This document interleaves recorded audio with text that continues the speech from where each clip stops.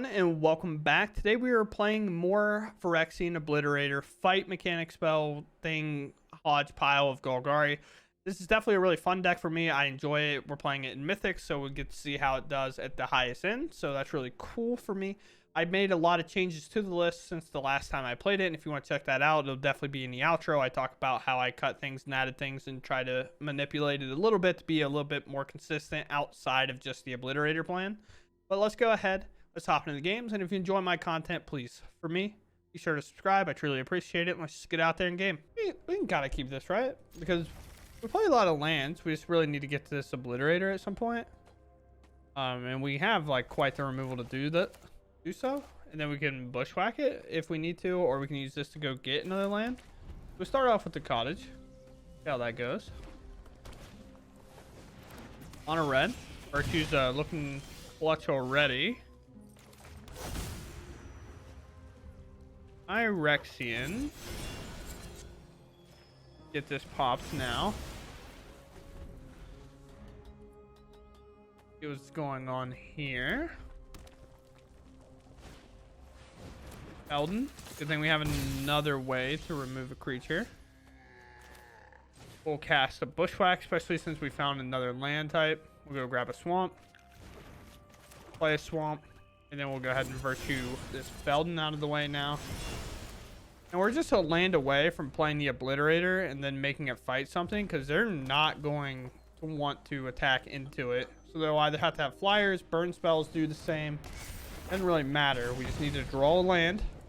Play 26, preferably an untapped source, but like, I'll even take a slower land just to ensure we hit a land. Yeah, exactly. Like, not really what we want, but what I'm willing to settle with is entirely different. Swift Spear, sure. This is like an attack plus monster trades, because they clearly have something to not do anything here. I will just honestly discard a card at this point. Against red, we just need to not take damage. We'll get rid of one Obliterator. We'll slam another one next turn and then say good luck. We go to a pause here. I'm actually going to restart my client. Never mind. I'm not going to restart my client. I was afraid of if you don't know about it, sometimes you have a time bug that appears. And look, it didn't matter if we discarded one anyway. We have a time bug that appears sometimes and it won't show you. And if you don't restart your game in time, you'll have passed through a turn or a fate. But at least we put like the Bitter Triumph on the stack. But sometimes it'll even wheel that back, because it kind of depends where the server's been pinged to and where you're at throughout your turn. My opponent says, nah, I'm good. I would agree with that. I can see why you'd be good. Opponent goes first. We have the caverns, which is nice. We have a bushwhack to get that lane if we need it, but hopefully we can just kind of draw it. We'll keep here. It's like, depending what they're playing, this is either the best card or this is the best card. Green. Dinos. Okay. On one hand, this should be a favor matchup for us.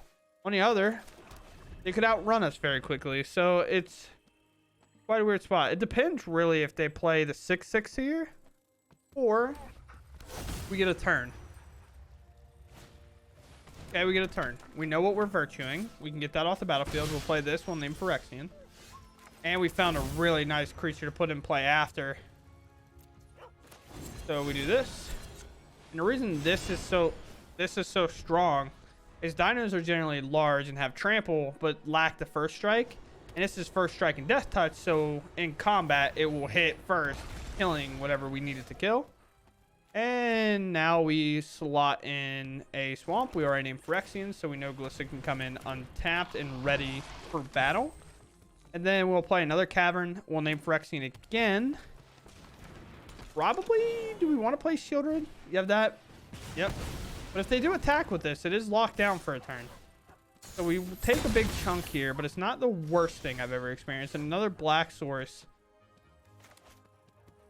I don't think they have any way to exile anything.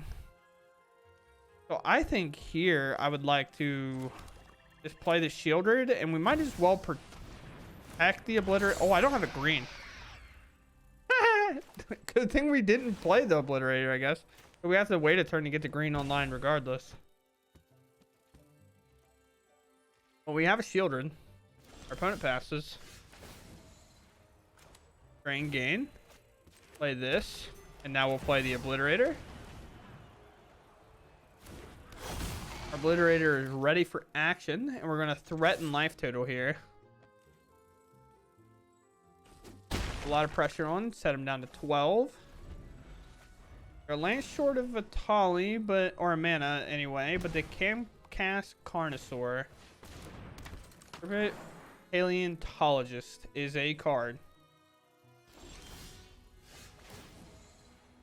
Drain gain. Exactly where we want to be. I would like to play this. And I would now like to say target creature I control fights a creature I don't control. This won't kill this, so they can sacrifice it as well. But, I mean, now they have to sacrifice 5 permanents. Could have had it fight something smaller and then double attack, but I would almost keep the Hammer Skull around because then you give yourself fight rigging chances, and they choose not to. We attack him down for a little bit, and then we just hold the Stalk of Numa to get it back from the yard, or even a Glissa back from the yard. But they're left with 2 mana. Not a whole lot of options. They play a 3rd mana. Like we said, we'll cycle this, and we don't really need to because this is lethal on its own. And I think they just realized that because it's so easy to look at a creature and be like, yeah, I can take 4 more damage. Maybe I'll draw something next turn. We go first. We have no fight spell. We have no Obliterator, but our hand's kind of fine. I kind of find our hand's pretty solid here. They maul, so our hand's a little bit better because we just have a full grip to combat the extra draw that they get and replacement of us going first. Try them down.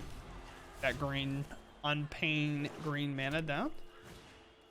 Evolve Sleeper. Sure. Wow. A lot of times, most of the time, you kind of want to just play this Mosswood as a 3-2. But I'm actually going to cycle it here because we're playing a particular deck that's trying to get to a certain strategy of play an Obliterator and make it fight. And we have neither piece, so I want to take an extra draw while I can. Now pay, make this a 2-2. Sure. Most likely, we'll probably end up just virtuing here. Now we have 1 piece of the puzzle. What we need. And again, like I said, I'll go ahead and virtue this. Kind of being a little bit protective and maybe a Liliana coming down here. Which is probably why you won't see me play the Roaming Throne next turn. Although I guess I could. I do have a Bitter Triumph for Liliana. If I play Roaming Throne, well, that draw makes me want to play Mosswood. Because now I can just like trade up, and if they do everything to sack to make a draw, it's be fine. And then I'm not even sure I want to remove it. Because the bigger this gets. Also, by the way, if this trigger is already on the stack and you kill it in response, they still draw the card, so you're better off just letting them do it. At least I'm pretty sure they do.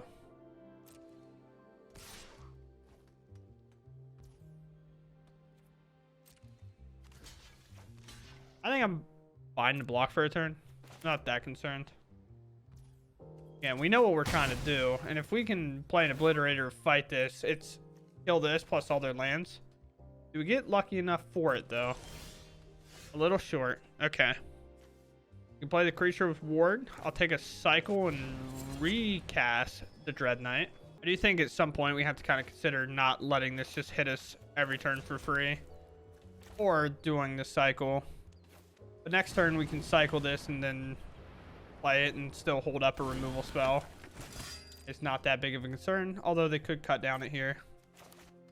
I'm not sure if that's what they'll do, and they are actually going to concede instead. Okay. I think maybe they didn't have anything in hand, and like this 3-2 kind of for 1 damage instead of us taking 4, 5, 6 as this scales up. Like I'm just going to continue to be able to block, draw cards, and replay it, and then eventually, you know, do the Cavern into the Obliterator, make it fight something. Hopefully they'd be mana down so it doesn't get go for the throw response, but it's what it is. We go first. 2 lands, both enter tapped, which is like fine early. We can Bushwhack, go get a Swamp next turn, and slowly approach on this go for the throw, this Obliterator. We see Esper, maybe not the best situation for us. Do this. I mean, I guess we're still going to probably play the cottage regardless. Because I would love to get my tap lanes down. We do that. We're leading on from here. Thalia. Sure.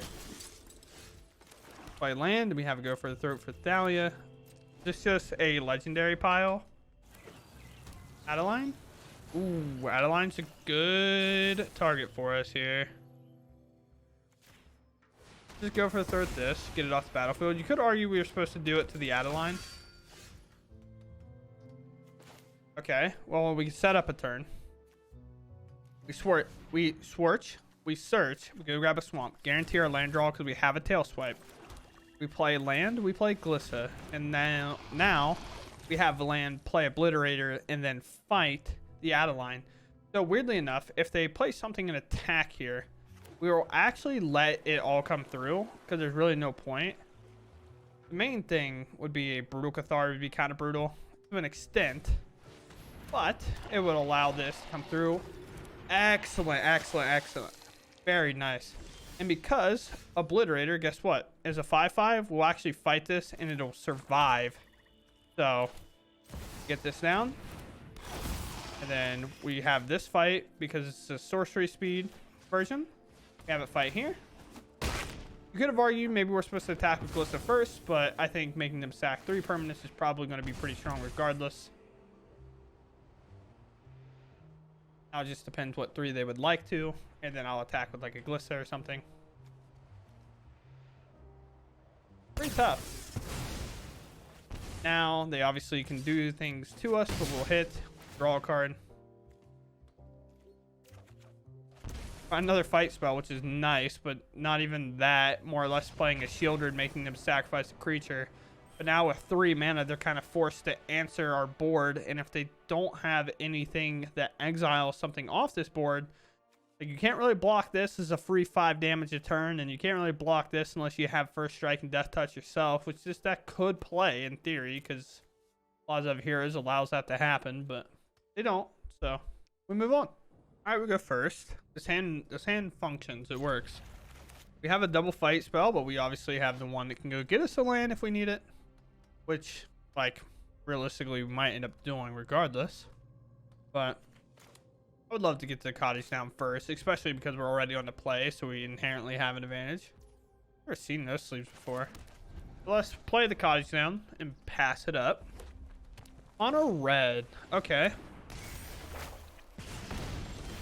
Mosswood, ever more tricky to just have it kind of come and play or cycle it. So we play it now. Now if they attack with like a 2-drop, we can obviously block and it all works out in our favor, or it works out perfectly fine regardless. Then we can just cycle it next turn and hopefully get to that Obliterator. Phoenix Chick, okay.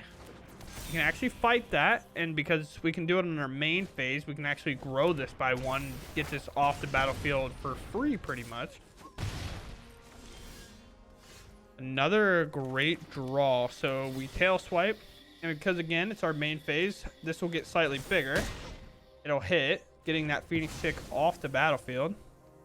And then I'll play another Mosswood, just holding up some 3/2s.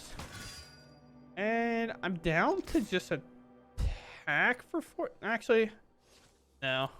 I'm more in the mood, like even if these get exiled, I'm more in the mood of trading off as much as I can. And how would they get exiled? Because of the Kimono. Godric come in. Godric gonna fly, be a 5/5 over the top of us. Again, clearing the board off for the fighting chances. Is a 4/4. I'm gonna take the chance. I'm gonna take the risk, and I'm gonna put a Shieldred into play. A little bit of hesitation there. Now we're definitely in a tough spot because we basically need them not to have it, but it looks like they're going to. I don't like the animation flickering like that. Yep, we know you have it because you always have it. You're playing mono red, so of course you always have it. When would you not have it? Down to 2 we go. And we find another fight spell, which is the downside of this deck sometimes, and we end up conceding the red. I think there are plenty of draws if we find them that we totally crush this matchup, but we fall short here. Tough. I mean, we'll keep. These are just lands, essentially. We throw the cottage down. We'll cycle one of these, go grab a swamp and probably play it. Well, now, against domain, I'm just going to go ahead and get this down. Normally, I want to cycle here, but with this extra land draw, I don't think I have to. Yeah. Oh, well, we found a piece. It's just the matchup's not favored for it, of course. We'll play this, and I guess go ahead and use a mana now to go get a swamp. Like, might as well. I could cut down my own Mosswood Dread Knight. Ooh. Dangerous. Bant control it is. Revelry it is. Getting a little life. Sure, so be it. Play land. Combat. Attack. Yeah. It has trample. I feel like if you're going to block, you should probably have just done both. Go grab another land. Because now we have the setup of play the Obliterator and then have it fight something at instant speed. Which is definitely the hard thing for them to deal with.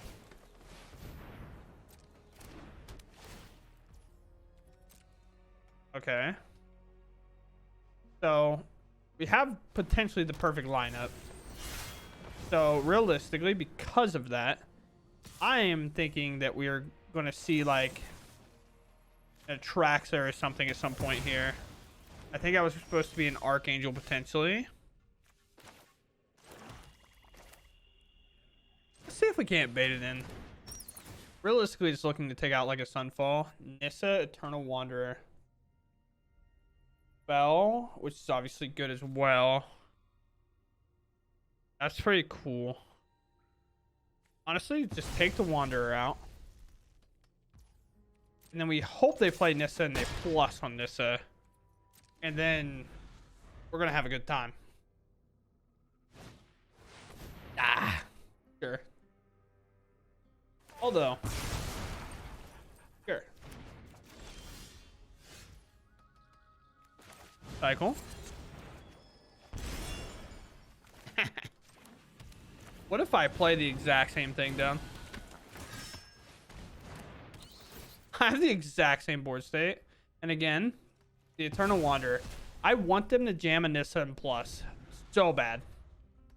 It'd be so good. A land plus full mana Nissa plus making 8/8. We play this. We throw it into it. They're sacking 8 permanents. Ah. Maybe Stomper. Maybe Area Stomper is actually worse for them because that gives me a really good target. So now we get to play Obliterator. We bushwhack. Target creature you control fights creature you don't control. And now they had this will die. Now they sack 4 lands. And if they try to do anything at any point, I can then tail swipe at instant speed if I want to. Oh, that invasion counts. The more you know. And now we just hope for no removal. Land invasion number 2. Really trying to get to this Nissa, I think.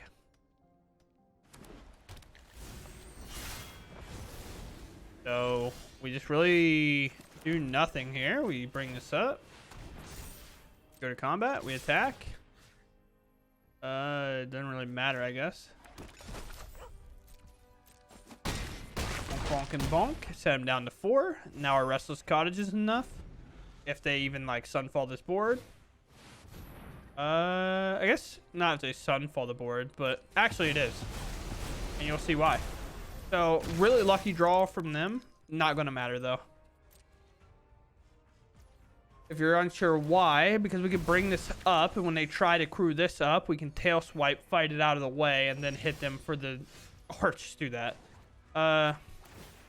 Attack. Bring up this. Actually, I guess we couldn't even tail swipe, huh? We didn't have the green. Attack. Sunset. Resolve here. Pay 3 life. get this out of the way, and come away with the win here. Very nice. Very risky play there, but I think whenever you cycle Bushwhacks, your opponent gets the idea that you might be trying to Phyrexian fight them. So they did not really want to play these Nissa. Putting us first. It was probably one of the worst hands I've seen in a minute out of this deck. And it's one of the reasons I might end up dropping this Roaming Throne.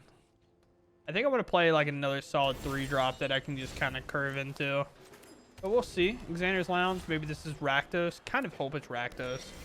But I'm unsure if it will be. We play other land. We hold up double cut down. And it seems like it's so far every color in the book. Forge. I'll take my like 1 damage here.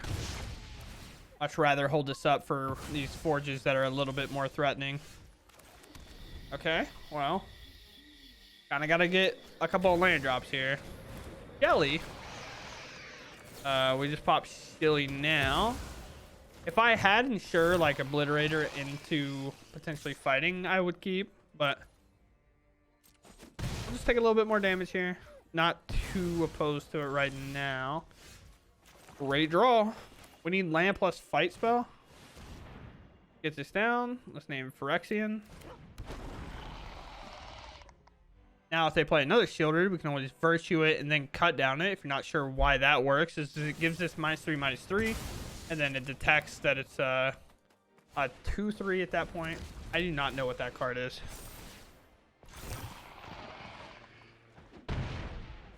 It does something. Oh, let's slam this. They might have another Edict. If they don't, if they bring this up and attack, I'm blocking all day.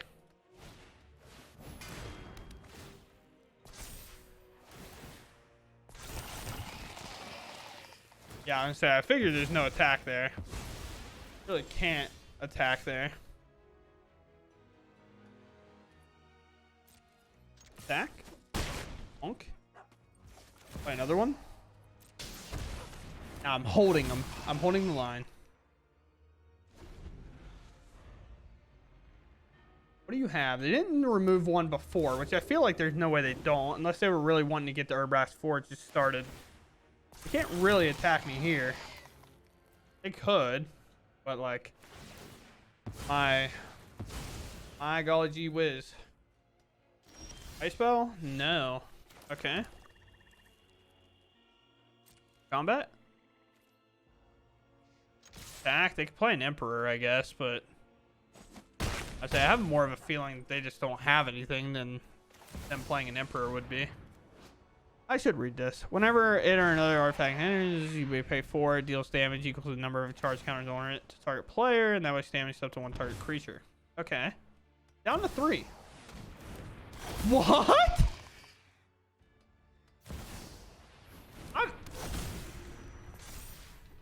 I've never had anybody play an Obliterator against me in a very long time. I mean,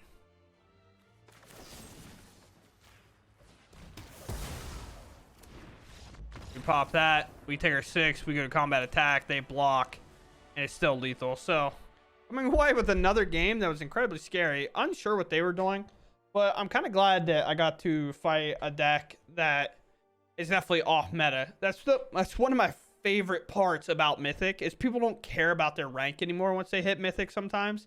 Because unless you're really grinding to get to the top, which sure, I guess I don't, unless they bring it back, I'm not sure. They don't have like the arena tournaments anymore. At least they might. I'm not sure of that. But without it, like once I hit Mythic, I'm kind of like, I'm gonna play whatever. And I feel like that's the general consensus when people get Mythic is like, cool, I hit this rank, now I'm gonna get the most value, like in terms of packs, gold, or whatever. Sure, I'm just not gonna do anything anymore. I'm just gonna play whatever deck I want. And that's what's really cool when you run into something like this. They're just playing whatever they want. They don't care. And that's kind of where I'm at, but it's working out well. We go first. Hand's pretty fine. Just lead off with the Glade, maybe cycle to try to get to that extra land. Then we can play it on 3 and just kind of be chilling. A green land. This could be Golgari. Could be mono green. Mono green, I think it is. Even more of a reason now because we ripped the land to just play this Mosswood as a 3-2. Mono green generally means us just playing the Obliterator will be fine, which is thick. Let's play this. I doubt we see a block. We get into our next turn to cycle this, so it's not like a big deal. Raptor, okay. So, obviously not going to trade off anything here.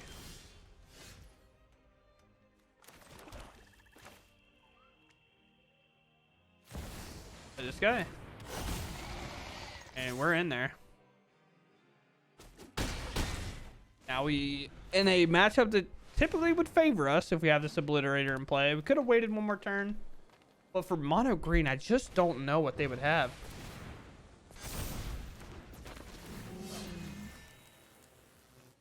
Sure. For me, I'm much more willing to just let this 5 happen. Because they're going to draw a card or whatever. But with Tail Swipe happening on my main phase, my Obliterator is actually going to survive hitting this Raptor. And then also get to attack. And they make a 4-4 coming behind. Bitter Triumph's just really nice. Because now we can pop something as well. So let's play this. We'll just name Phyrexian. Pretty much. This game's pretty much queued up. We'll pay 3 life. 1, 2, and then this is Ward 2, so we go ahead and get rid of this. That'll happen, and then we will have this fight the Raptor, paying the ward. Yes.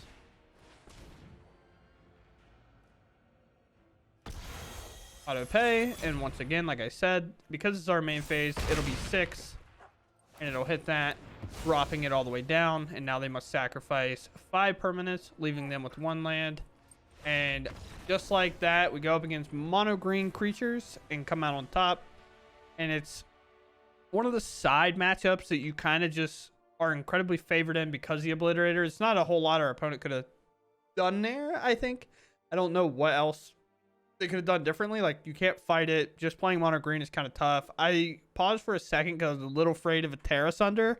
But you had to have black in order to kick it, which then they would need to be able to make a treasure, or they'd be able to make a black off this. But I went ahead and barreled it just in case, because they could splash Terra Sunder in this deck and use this to make the black if needed, because Terra Sunder is good in just some matchups. But we come out on top there, so it's very nice. We go first. I mean, double stacked on Go for the Throats and a Glissa seems pretty good. Entering our deck to fight creatures, and that's really where we want to be. Soldier.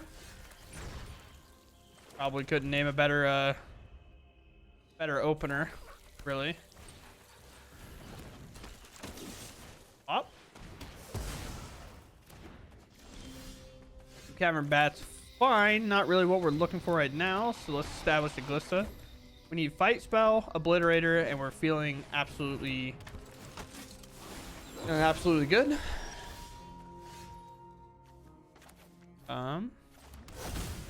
Phyrexian, I guess. Let's just establish a Shieldred. Let this kind of sit around for a minute, I suppose. We do have the removal for it. We want it. Roaming Throne. Soldier. Okay. Yeah, that'd have been something, huh? This is an artifact, so I can't really do anything about it regardless. Let's bat. Let's go take a look at their hand, see what's up. Make disappear. Kind of annoying. Everything else I think is kind of dealable with. Over this make disappear, I just don't want to have to play around it, to be quite honest. And for me, it's definitely an attack situation here. If they double block for some reason, we just go for the throat to Brutal Cathar now. And then we're just sitting pretty. But the problem is they're on a clock with the Shieldred in play, as it sits here and slowly drains them.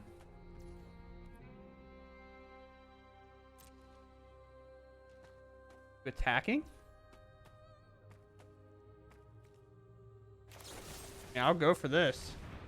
So if you have to cast a Make Disappear. Yep. Now that doesn't flip, and you're put in the exact same boat you were just in.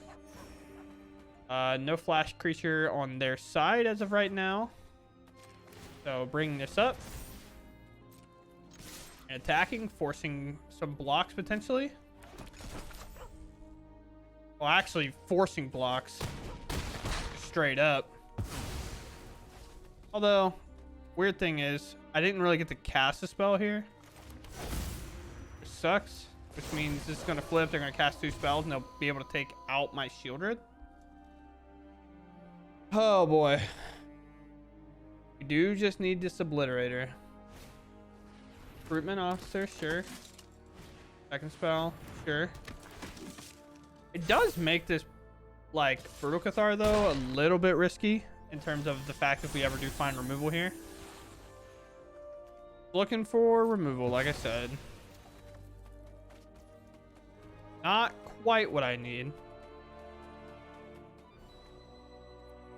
I guess we just attack, just keep the pressure on.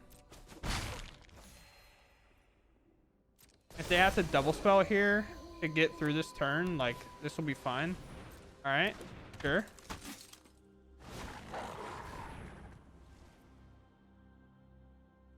Sure.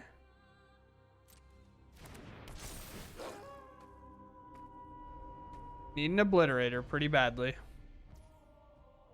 Sure. I mean, it's kind of Obliterator a bust at this point. It won't have the mana for Make Disappear, so it's not that concerning. Cycle. Oh! Let's go. We hit the nuts. We hit exactly what we needed, and we are going to take over this game. So we cycle a Takenuma here. We slam a Phyrexian Obliterator. And then we have Bushwhack come in, and we make it fight their Brutal Cathar that is containing a couple of our creatures underneath it. Our Phyrexian Obliterator stays alive. Their Brutal Cathar goes away. We get our Glissa back, our Shieldred, along with keeping a Phyrexian Obliterator in play. And without a 5th creature or a 5th soldier, they will not be able to get this to trigger. And we end up coming away with the win using Phyrexian Obliterator's fight mechanic and forcing them to sack the permanents that we need them to. So, cool. Let's just skip on to the outro now. I think we got some good games, so let's go do that. All right. So, I think that I've kind of convinced myself that the roaming throne maybe not be necessary. And today, I don't think I ever had it online or be like that relevant. Honestly, I think this is a deck where Graveyard Trespasser might actually be really good, just because of the ward being so relevant and getting cards out of our opponent hand. And I think that's something we want to do more than just being like, here's this, fight your stuff, get you empty-handed, because this is still a 5/5 that's pretty dangerous to deal with.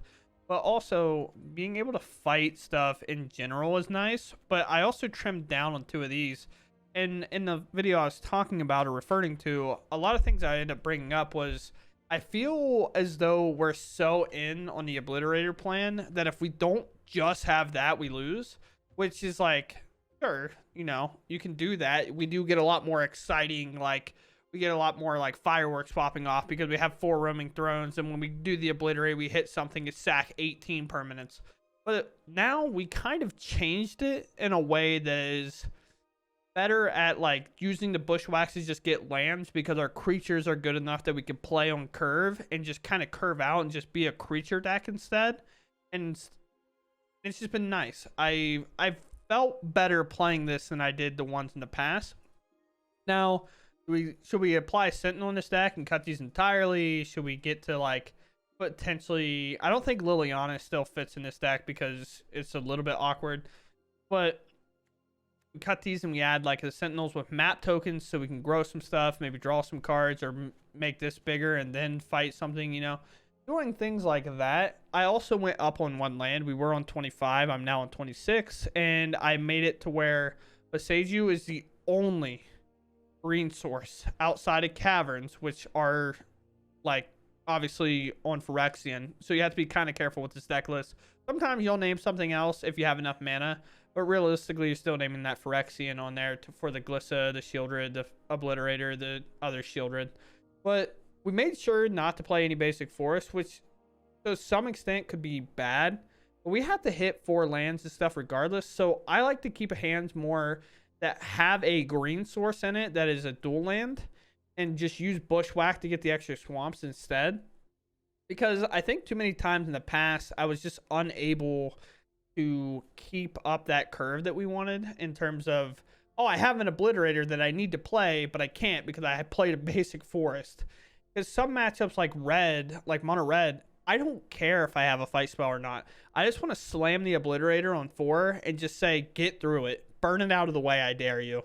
And kind of go around that route. Also, I think a good addition that I put in to some extent is this Deep Cavern Bet. Kind of doing that same thing where we're just like, take the thing that we're worried about from their hand, slow their burn down. Because even against burn or something, you take a lightning strike or you take their play with fire. Now they have to lightning strike this if they want that back, or we're slowly gaining that life instead. And I opted to cut the mana accelerators because a lot of times those get targeted anyway. But what if we played a Deep Cavern Bat to take the removal so they're struggling a little bit more in that aspect, and we can just kind of move on, or we can remove a counterspell out of the way. So when we do tap out to play that Obliterator, to play that Shieldred or something, we know the gates are open, or we have to deal with one top deck, which limits the possibility of it being a counterspell by a lot. So we just take our chances. Mosswood Dread Knight also being like an MVP is really nice.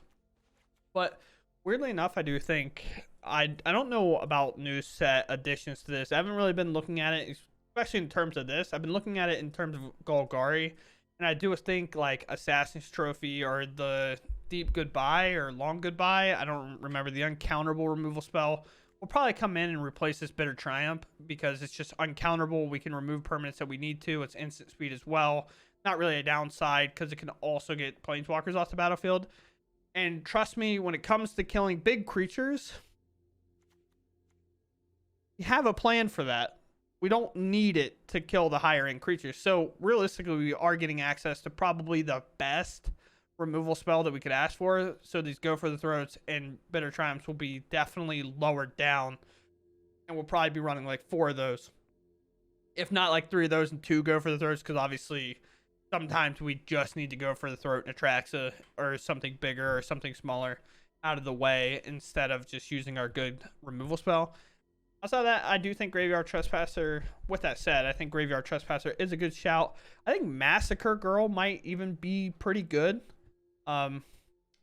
Maybe because like if creatures with less power and toughness die, which they'll get because we're forcing them to fight, Massacre Girl will trigger and draw some cards. We can get some cards that way.